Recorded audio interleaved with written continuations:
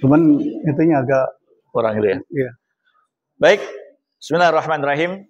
Ini. Ya. Sahabat-sahabat semua, para duta wakaf dan yang hadir hari ini, Assalamualaikum warahmatullahi wabarakatuh. Alhamdulillahi rabbil alamin, alhamdulillahilladzi bi ni'matihi tatimmus shalihat, asyhadu an la ilaha illallah wahdahu la syarikalah wa asyhadu anna Muhammadan abduhu wa rasuluhu la nabiyya ba'dah. Allahumma salli wa sallim wa barik ala habibina wa syafi'ina wa maulana Muhammadin wa ala alihi wa sahbihi ajma'in. Amma ba'du. Alhamdulillah di kesempatan siang hari ini kita kembali berkumpul di acara apa? Akademi Wakaf. Ya. Akademi Wakaf ini adalah agenda rutin kita di komunitas Quantum Wakaf. Ya. Quantum Wakaf Community. Bagi yang baru hadir, ya, ada beberapa orang kami ingin menjelaskan sedikit tentang Quantum Wakaf Community. Komunitas Quantum Wakaf ini adalah satu komunitas kebaikan.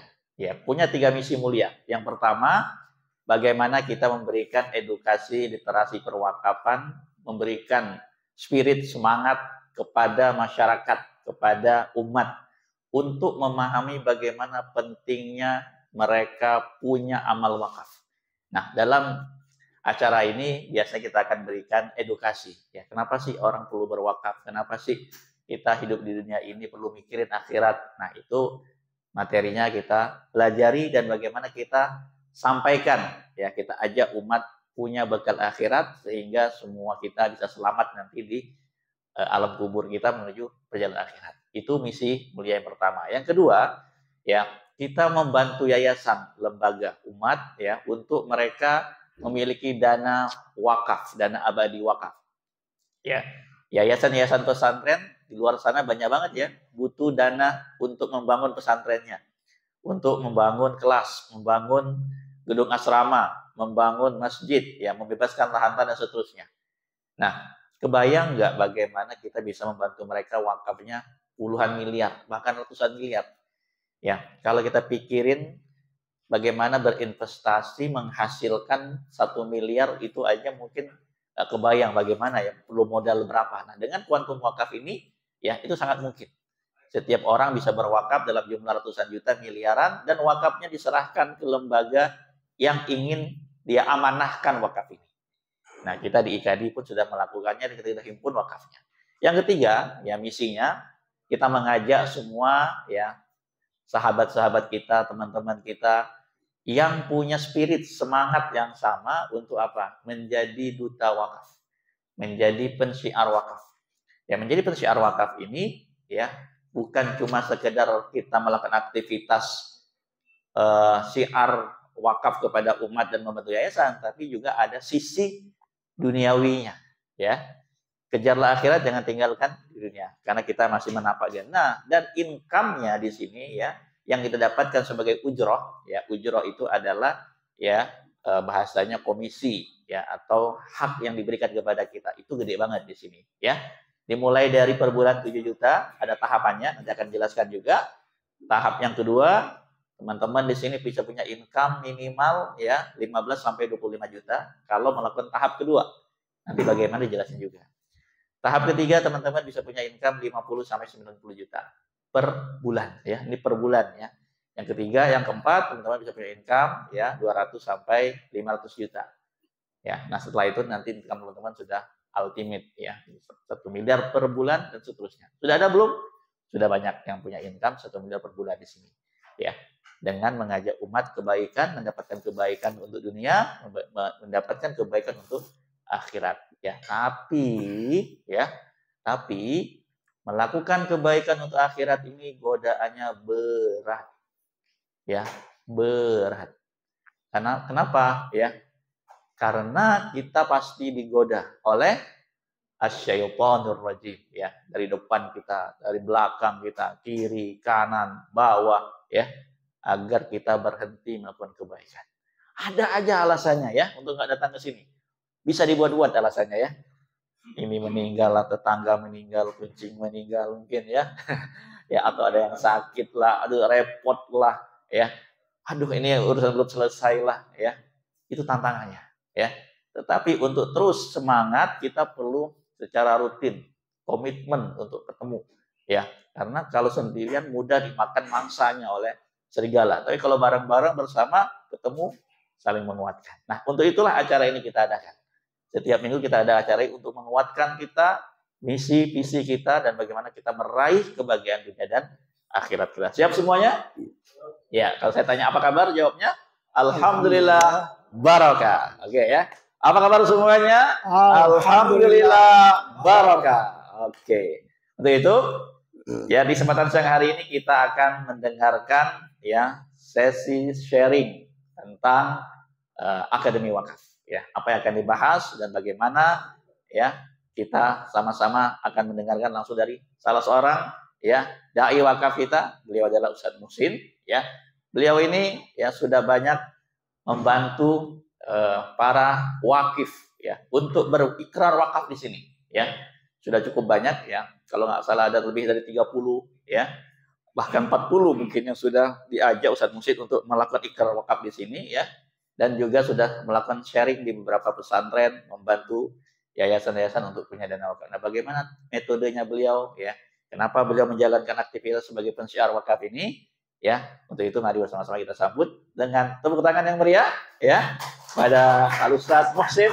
Kita persilakan. Silakan, Ustadz.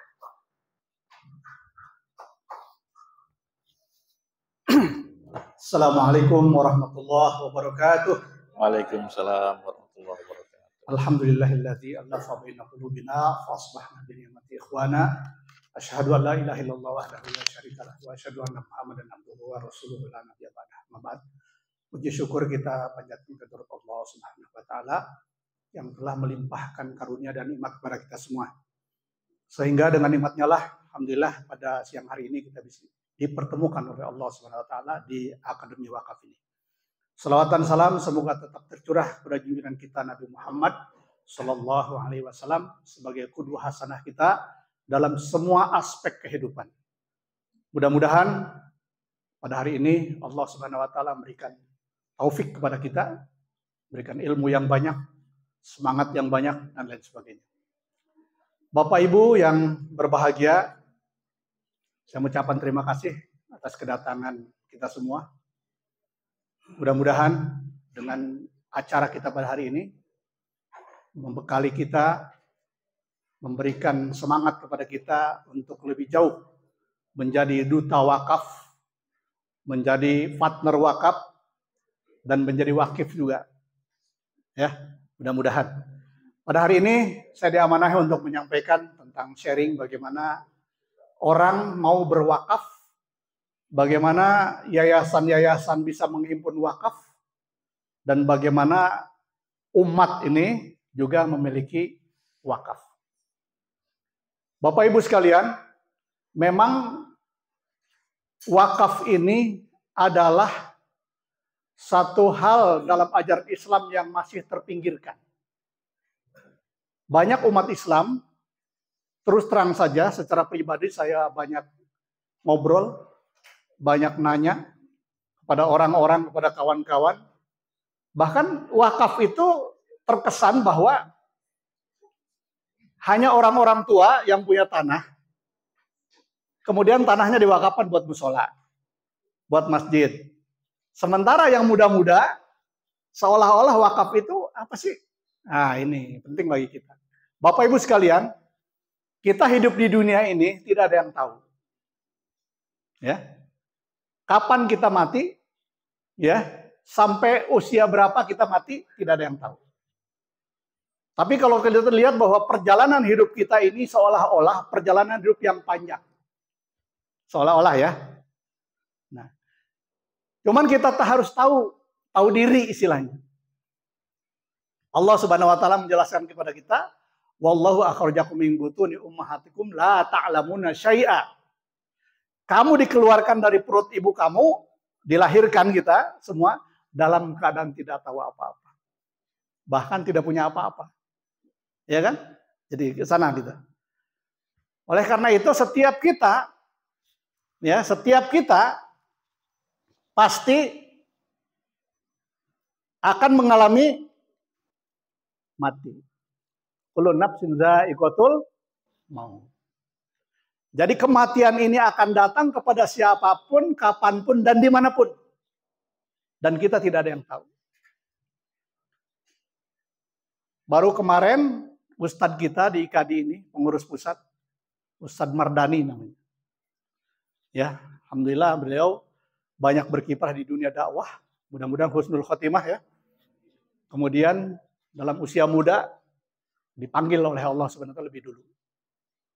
Gitu. Sering WA-an dengan saya sebelumnya, ya kalau nge-share ceramah-ceramah beliau, gitu. Mudah-mudahan itu menjadi amal soleh beliau dan menjadi jariah, amal jariah beliau dari sisi ilmu, ya.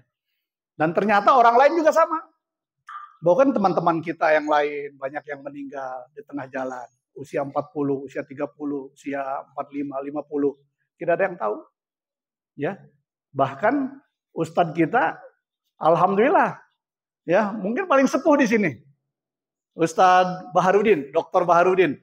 Usia berapa sekarang, Ustadz? 68. Semangatnya luar biasa. Ya kan? Beliau juga sebagai duta wakaf juga. Ya, karena kebetulan punya yayasan. Jadi Bapak Ibu sekalian, perjalanan panjang ini seolah-olah kita ini hidup sedang merantau. Ya. Biasanya orang merantau itu kan suatu saat akan pulang. Betul nggak? Bahkan satu wilayah, kalau belum sukses nggak mau pulang. Saya dapat cerita dari orang yang secara langsung dia dari wilayah tersebut. Pak, dia bilang, kalau kami sudah merantau keluar, kalau belum berhasil kami, kalau belum bisa menunjukkan kesuksesan kami tidak bisa berani pulang. Tetapi kalau kami sudah punya uang, ya minimal misalnya kalau ke sana ya mungkin renovasi rumah atau apa segala macam baru dia pulang. Gitu. Berarti yang dibutuhkan dalam perjalanan hidup ini adalah bekal. Ya kan? Berapapun lamanya kita merantau, tetap bekal itu dibutuhkan. Ya, apalagi kita hidup di dunia ini. Berarti kita harus punya bekal. Jangan merasa cukup bekal yang sudah ada. Sholat kita, puasa kita, zakat kita. Ya, sholat sunnah kita, puasa sunnah kita, amal soleh kita, zakat kita, infak, sedekah kita. Ya, dan lain sebagainya. Jangan merasa puas, jangan merasa bahwa kita sudah cukup. Gitu. Bahkan pernah nggak terpikir oleh kita bahwa kalau kita meninggal dunia itu yang kita tinggalkan dapat apa? Saya terus terang saja secara pribadi, sebelum mengenal program yang luar biasa ini, ya secara edukasi yang mendalam, kalau masalah kita tentang wakaf, tentang amal jariah itu sudah tahu dari dulu, gitu. Dari semenjak saya sekolahnya di Sanawiyah. Bukan SMP umum tapi Sanawiyah. Itu sudah kenal istilah sedekah jariah itu. Ya kan? Ada 3, ya kan gitu. Yang tidak akan tidak akan putus amalnya. Kan itu sudah dari dulu, sudah apal gitu. Tetapi itu hanya sekedar pengetahuan. Hanya sekedar ilmu. Belum sampai menyerap ke hati. Belum pernah sampai kita berpikir kalau saya mati, apakah amal saya sudah cukup untuk menolong saya di akhirat atau belum? Nggak pernah terpikirkan. Mungkin kalau ceramah itu buat orang lain, bukan buat diri kita. Ya, sudah cukup belum amal kita? Kemudian kita berpikir, apakah kita hidup ini sendiri? Tidak. Yang berkeluarga mungkin ada istri, ada anak, ya kan? Ada cucu dan lain sebagainya. Pernah kita pikirkan mereka, kalau kita tinggalkan mereka bisa makan, bisa sekolah, punya tabungan. Rata-rata nggak berpikir gitu. Rata-rata. Dan dari situlah kita bisa menjelaskan kepada mereka, kepada teman-teman kita, kepada saudara-saudara kita, kepada tetangga kita, bahwa ternyata tidak cukup dengan ibadah yang kita lakukan sehari-hari ini, tanpa dibarengi dengan ada satu amalan yang tidak akan putus sampai kapanpun kalau kita sudah meninggal dunia. Ini yang kadang-kadang belum menjadi suatu keyakinan. Kalau dalam Islam itu menjadi suatu akidah, keimanan. Baru sekedar keilmuan. Kalau ilmu siapa aja bisa, baca buku juga bisa. Tetapi kalau sampai ke hati, menjadi suatu tekad keimanan, kemudian diaplikasikan dalam perbuatan, ini yang sulit. Ya kan? Gitu. Ini kadang-kadang yang kita rasakan. Pengalaman secara pribadi seperti itu. Jadi kita seolah-olah ya udah dengan sudah merasa puas dengan pendapatan gaji tiap bulan sekian misalnya kan, dapur ngebul, kemudian bulan besok dapat lagi, sudah merasa cukup. Tapi kita belum pernah memperhitungkan, ya, memperhitungkan kalau kita bekal apa yang akan kita bawa mati nanti, dan kemudian apa yang bisa kita tinggalkan buat keluarga, buat ahli waris. Gitu. Ini yang kadang-kadang kita lupa. Oleh karena itu, kebanyakan masyarakat Muslim mereka belum mengetahui secara jelas tentang pentingnya wakaf. Ya. Bahwa wakaf itu bukan hanya sekedar pengetahuan, tetapi harus jadikan suatu kebutuhan. Nah ini bagaimana kita untuk menanamkan ya keyakinan kepada diri kita masing-masing bahwa wakaf itu adalah atau sedekah jariah itu merupakan suatu keyakinan, keimanan. Ya. Nah ini yang perlu kita kuatkan. Sehingga ini yang kita transfer kepada saudara-saudara kita yang Muslim. Bahkan dalam hasil BWI, survei BWI, berapa persen yang baru tahu masyarakat Muslim tentang wakaf? 10% saja. Ya, jadi 90% belum mengetahui. Ya, secara belum melaksanakan wakaf ini. Padahal wakaf ini adalah dana yang luar biasa kalau kita bisa himpun secara maksimal. Kekuatan wakaf ini luar biasa. Jadi sekali lagi Bapak Ibu sekalian, bahwa dalam perjalanan hidup kita di dunia ini, ternyata kita butuh bekal untuk di dunia dan untuk di akhirat.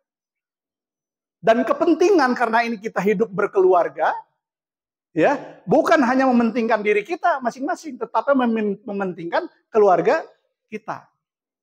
Kewajiban kita adalah bagaimana agar orang lain juga sama-sama memahami seperti kita.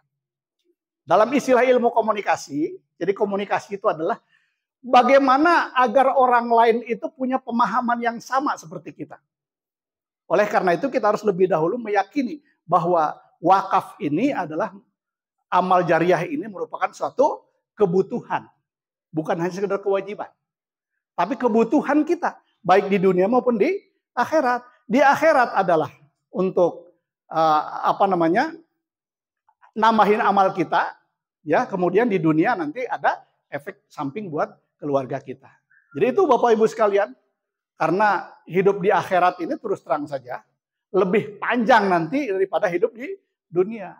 Karena batasan hidup kita di dunia ini antara 60 sampai 70 tahun kata Nabi. Ada juga yang lebih tapi sedikit. Yang lebih sedikit. Rata-rata, itu rata-rata. Ya, tetapi ada juga orang yang 30-20 tahun udah meninggal juga gitu. Bukan hanya 60 sampai 70. Gitu kan? Gitu. Tapi yang jelas bagi kita adalah bagaimana mempersiapkan untuk kematian. Itu yang penting bagi kita, mempersiapkan untuk kematian. Berarti kembali kepada diri kita masing-masing. Oleh karena itu kita butuh dengan amal jariah ini agar nanti dia bisa menolong kita di kuburan. Karena di kubur itu nanti belum tentu amal yang ada ini, mungkin sholat kita nggak diterima, puasa kita nggak diterima, zakat kita nggak diterima, amal soleh kita nggak diterima, ya kan? Tapi ada amal nih, satu. Ada amal jariah ini satu nih yang akan terus mengalir, yang akan menerangi di kuburan kita. Karena pada saat di kuburan tidak ada lagi istri yang kita cintai, orang tua, sahabat, harta kekayaan, nggak ada yang kita bawa ke akhirat kecuali amalnya. Ya kan? Disitulah baru nanti kita merasakan kesepian, rasa takut, kecuali orang-orang yang dirahmati oleh Allah dengan rahmatnya. Dia akan bahagia, dia akan senang. Jadi tidak gelap di kuburannya. Dia akan merasa terang, merasa senang dan gembira. Begitupun mengikuti proses, karena ada proses juga. Proses perjalanan sampai nanti ditimbang oleh Allah amal kita. Ya, setelah berbagai macam mengalami proses, ditimbang amal kita. Wahai Muhsin, sini, lihat timbangan kamu. Ternyata berat ke dosa ketimbang ke amal. Tapi kita punya tabungan, punya amal jariah yang dialah nanti akan menolong, akan menyelamatkan timbangan tadi itu, ya, yang tadinya berat ke amal kejelekan, terus lama-lama bisa berimbang, bahkan bisa melebihi nanti amal yang jelek tadi. Kita amal yang baiknya bisa lebih berat. Itulah dia yang akan menyelamatkan kita. Dan ini harus dipahamkan oleh kita kepada masyarakat kita, kepada keluarga kita, kepada tetangga kita. Bahwa ternyata amal jariah itu, sodaqotun jariah itu adalah nanti dialah yang akan menyelamatkan kita ketika timbangan kita lebih berat keburukannya ketimbang kebaikannya. Ini yang belum dipahami. Seolah-olah dia sudah merasa cukup di dunia ini. Dia akan beramal, berbuat sesuai dengan dia lakukan. Ternyata di sana belum tentu amal kita diterima. Benar nggak? Belum tentu. Nggak ada yang menjamin sholat kita diterima. Yang penting kata Allah, sholat kamu 5 kali sehari semalam, sholat udah. Kata Rasul, sholat kamar itu mau sholatlah kamu seperti aku sholat. Tiru Nabi. Itu pun belum tentu. Kalau ada unsur ria, sombong, ujub dan sebagainya. Nah itu berarti sholat kita nanti nggak diterima oleh Allah. Maka jangan merasa puas dengan amal Islam yang kita lakukan ini, bahwa nanti dia akan menjamin keselamatan tidak akhirat. Oleh karena itu harus punya amal yang nanti bisa menyelamatkan kita, yang pahalanya akan terus mengalir. Inilah disebut amal jariah. Jadi nanti setiap kita yang mati ini, ya, karena mau nggak mau, kapanpun dan dimanapun kita pasti akan mati. Ya, harus siap-siap saja. Oleh karena itu, sudahkah kita mempersiapkan kematian kita dengan amal? Ya, amal. Kalau misalnya amal kita kurang, tambahi dari sekarang. Kalau kita belum punya tabungan buat nanti di akhirat, bikin. Ya, jadi ini perlu di masyarakat kita pahamkan bahwa ternyata Bapak Ibu, hidup kita ini di dunia ternyata tidak panjang, dan kita belum tentu apakah Ibu sudah siap, Bapak sudah siap dengan amal yang ada dan bisa menjamin kita selamat di sana. Gitu kan? Kita jangan sombong, jangan takabur dengan banyaknya ibadah, ya kan? Wow, tasbih aja gede gitu, bawa-bawa. Belum tentu. Gitu.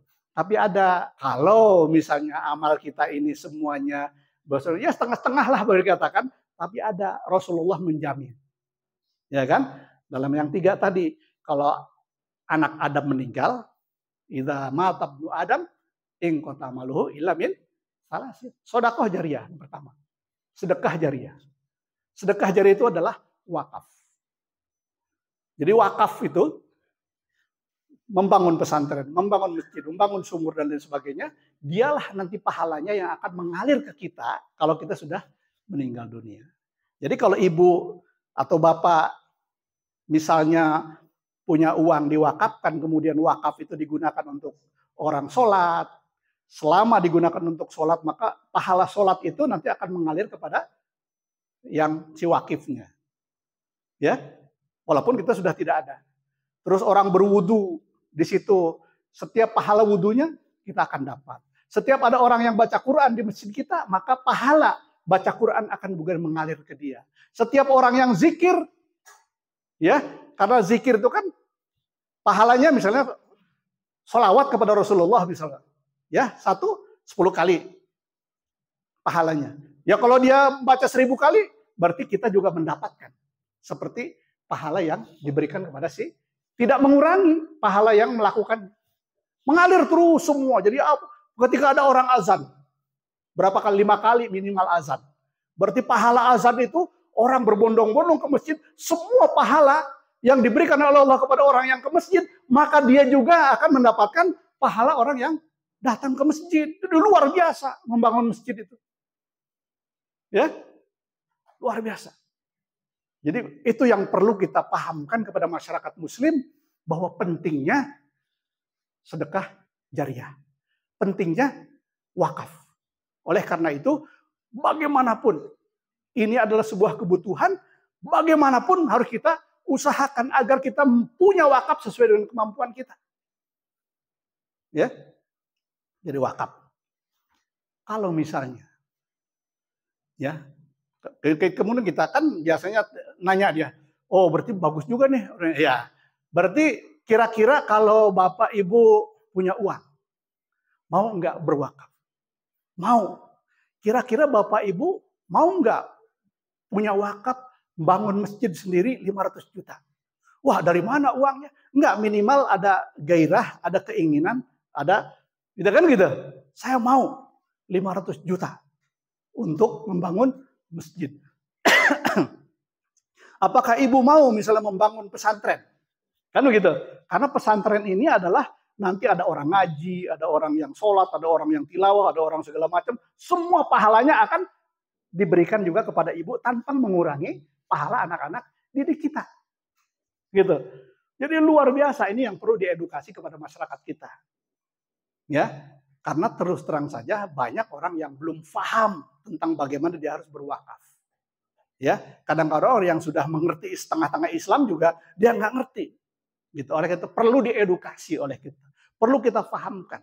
Jadi inilah pentingnya duta wakaf sebagai corong, sebagai ujung tombak, sebagai wakil, ya, dari Rasulullah SAW untuk menyampaikan ini. Karena kata Rasulullah, balighu anni walau ayat. Sampaikan dariku walaupun satu ayat, satu kalimat, satu istilah, satu judul, satu materi, kan begitu. Satu hadis, satu keterangan. Itu penting bagi kita. Karena melaksanakan perintah dari Rasul. Dan itu salah satu bukti kecintaan kita kepada Rasulullah Shallallahu Alaihi Wasallam. Gitu, melaksanakan apa yang diperintahkan. Gitu. Itu kata Rasulullah dalam hadisnya. Jelas kita sampaikan kepada orang. Karena ini adalah balighu anni walau ayah. Sampaikan. Karena orang banyak yang belum paham tentang kebutuhan kita terhadap wakaf. Maka kita sampaikan. Bapak Ibu, ternyata wakaf ini adalah fungsinya luar biasa bagi kehidupan kita di akhirat nanti. Dialah yang akan menyelamatkan kita. Dialah yang akan menambahkan pahala kita nanti di akhirat. Sehingga kita tertolong oleh wakaf ini. Gitu ya. Jadi ini Bapak Ibu sekalian, makanya pentingnya duta wakaf. Jadi bagaimanapun kita memposisikan orang yang menyampaikan istilah materi Islam, judulnya wakaf. Dan ini belum banyak. Saya di sini di IKD istilahnya gitu kan. Kalau ceramah itu rata-rata judulnya umum. Gitu kan, tentang sabar, tentang istiqomah, tentang tawasul. Tapi jarang masjid-masjid itu yang minta kita materi tentang wakaf, tentang amal jariah. Saya belum pernah, secara pribadi belum pernah saya. Ada yang minta masjid-masjid atau kantor-kantor atau instansi yang manapun untuk minta ceramah dengan judul sedekah jariah atau amal jariah. Secara khusus. Ya, tetapi yang umum adalah materi bersifat umum. Padahal ini adalah merupakan materi bagian dari ajaran Islam yang perlu kita sampaikan kepada orang lain. Ya, ini yang penting bagi kita. Maka posisinya kita sebagai umat Muhammad itu dalam rangka menyampaikan sebuah hadis tadi ya kepada orang lain sehingga orang lain memahami pentingnya wakaf dan dia mau berwakaf ke masjid, ke musola, ke pesantren, ya ke lembaga yang kita butuh untuk membantu umat ya dari sisi pengadaan dana umat. Itu pentingnya ya. Jadi oleh karena itu perlu kita ngobrol, perlu kita silaturahim dengan orang lain, ya dengan masyarakat yang kira-kira dia mampu, yang tidak mampu juga nggak apa-apa. Mungkin dia sebagai duta wakaf melebihi dari kita galaknya nanti, ya kan? Gencarnya gitu, lebih dari kita. Tapi kadang-kadang orang kelihatan nggak punya uang ya, kan begitu ya? Itu zon kita. Suuzon kita kepada orang lain, dianggapnya kayaknya nggak mampu deh. Gitu. Padahal dia kalau kita sudah disentuh, dialah barangkali menjadi singa lapangannya. Kan begitu. Makanya kita jangan bersahabat, berkawan dengan siapapun, yang punya uang dengan yang nggak punya uang, tetap edukasi tentang kewajiban wakaf ini dan kebutuhan wakaf ini kepada siapapun. Ya, jadi ini perjalanan hidup kita ya, dunia sampai akhirat yang sering dijelaskan oleh Ustadz Jul, dan ini ada di materi kita ya, dan materi tentang seminar wakaf itu sudah ada dari Ustadz Jul ya. Kemudian tentang amal jariah juga. Nah, urgensinya. Nah, kita lihat contoh dari Rasulullah Shallallahu Alaihi Wasallam. Ya, ini masjid apa ini?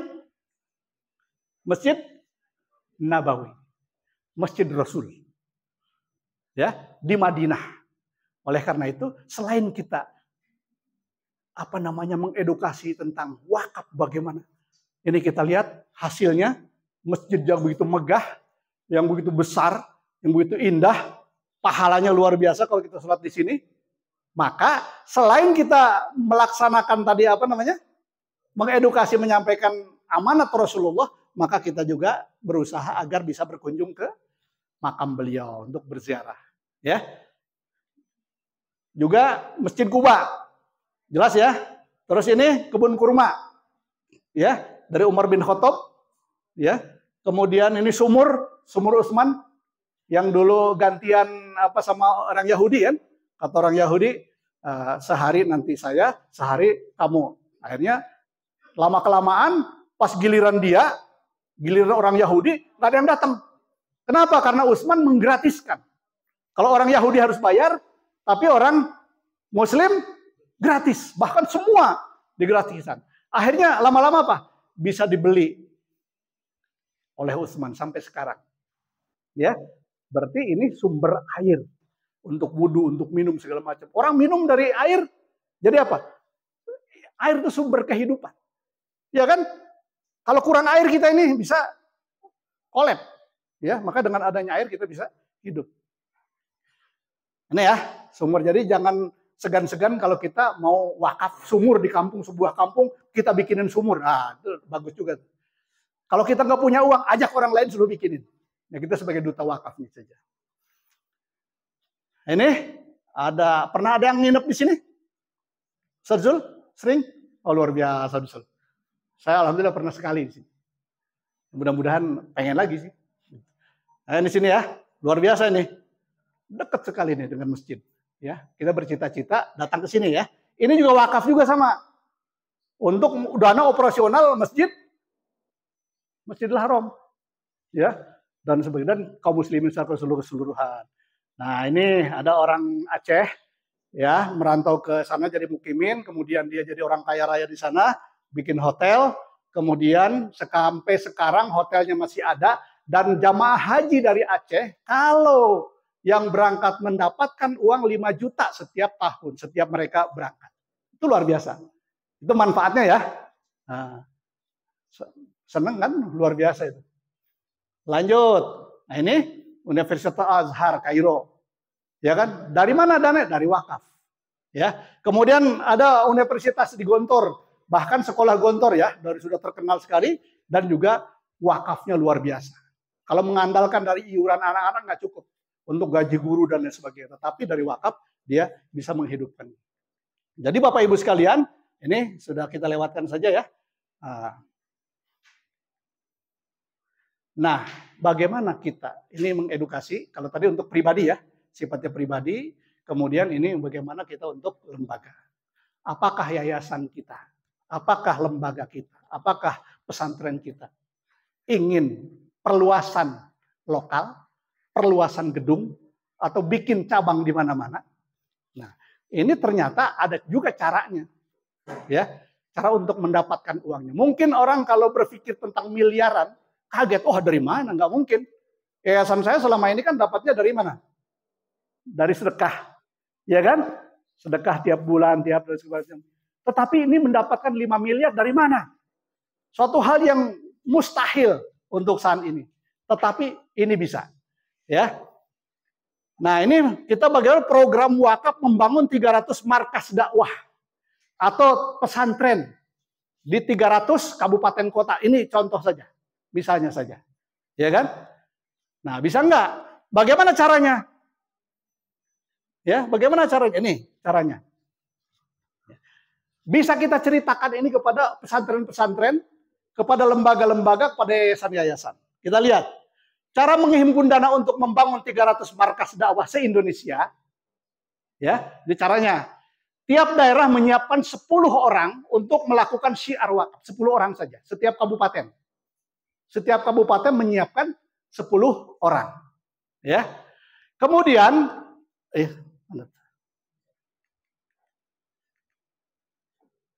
menyiapkan 10 orang, kemudian syiar wakaf ke 2 orang.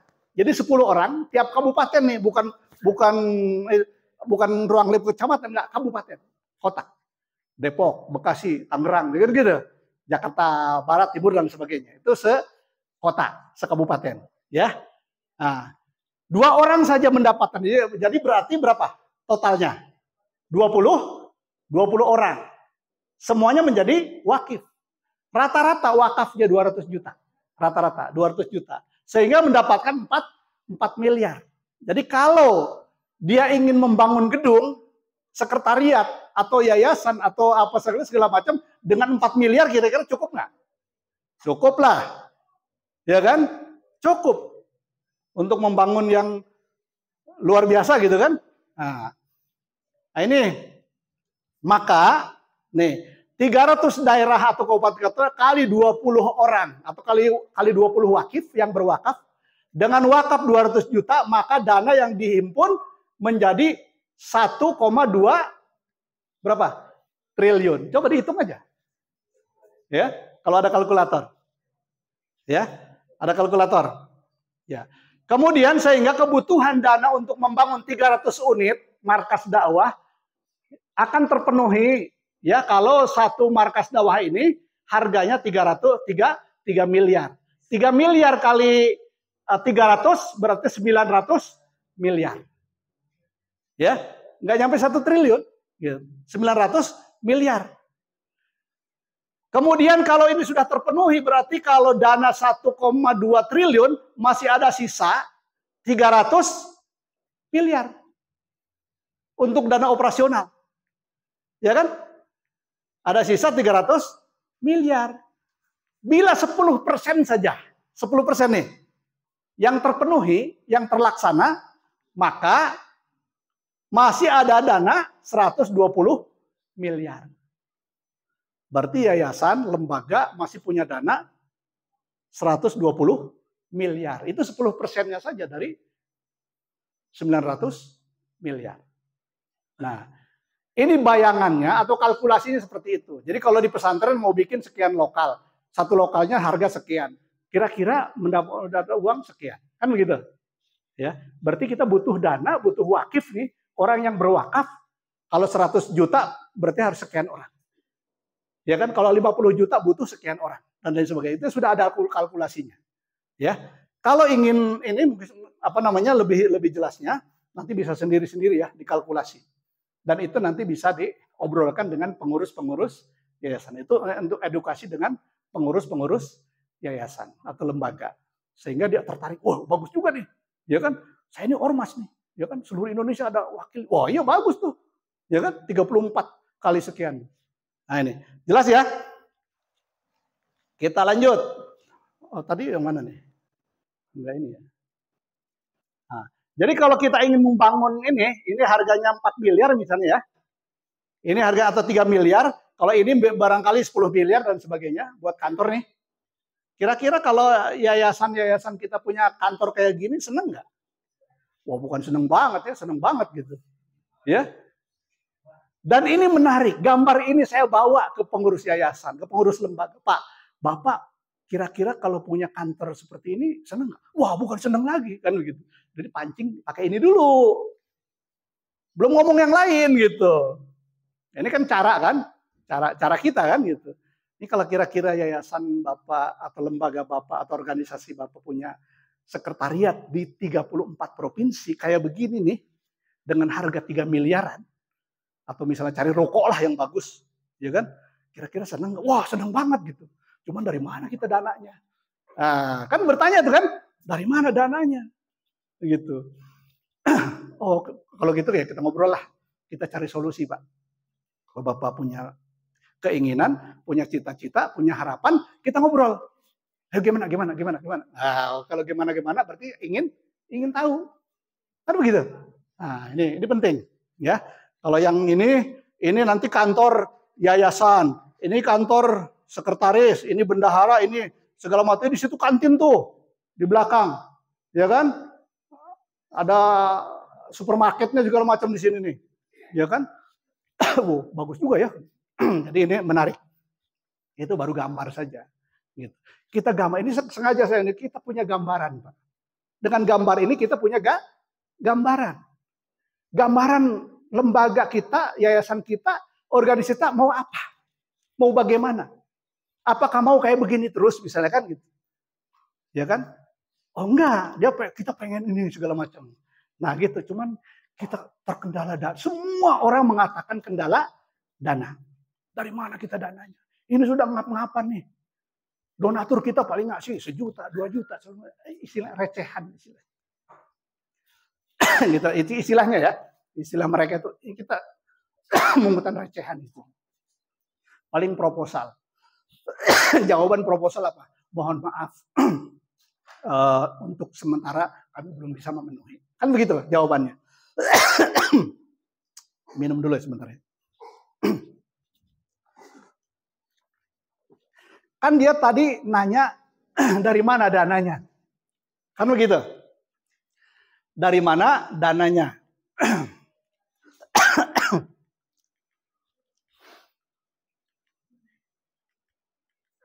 Nah, kita katakan kepada mereka untuk menghimpun dana agar terpenuhi keinginan kita. Bapak targetkan gedung itu berapa? Segala macam kan gitu.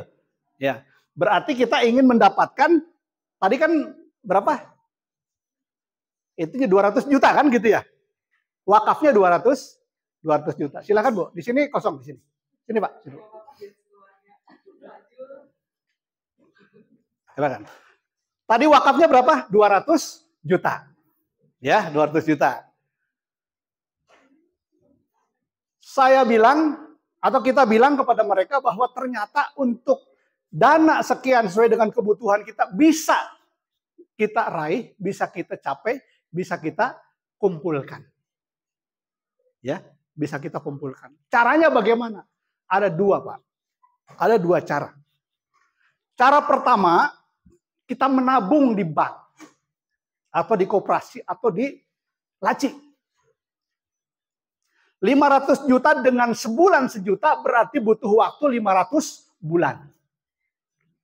Baru terkumpul 500 juta. Kita bisa wakaf 200 juta dan untuk warisan 300 juta. Gitu. Untuk waris 300 juta, untuk wakaf 200 juta.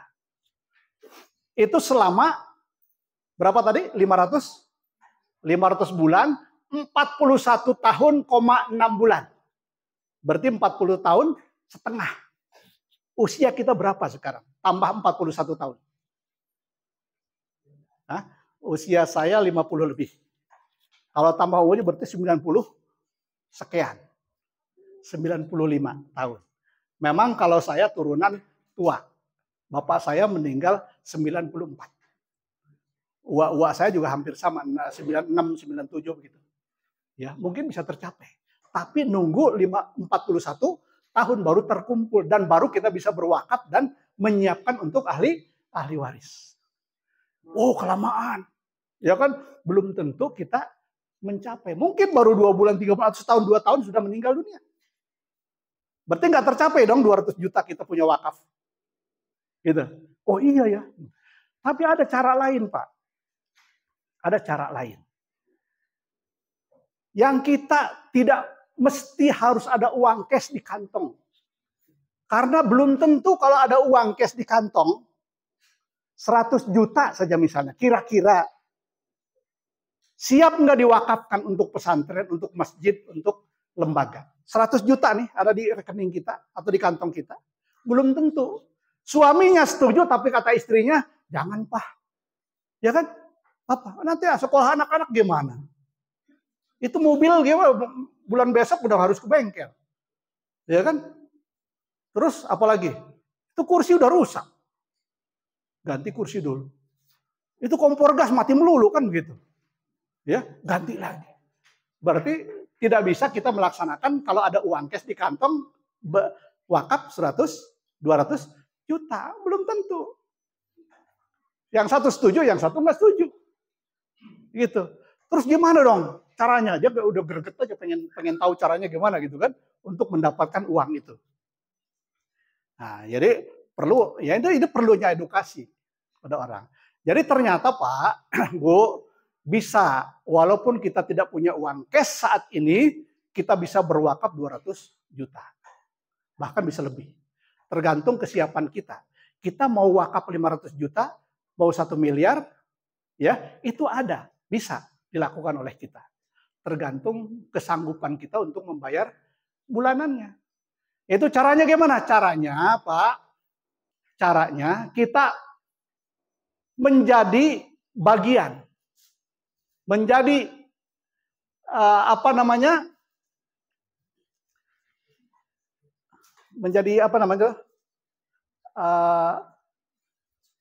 di organisasi menjadi anggota. Menjadi anggota tabarruk dan ta'awun. Ya, di asuransi Allianz Syariah, asuransi jiwa.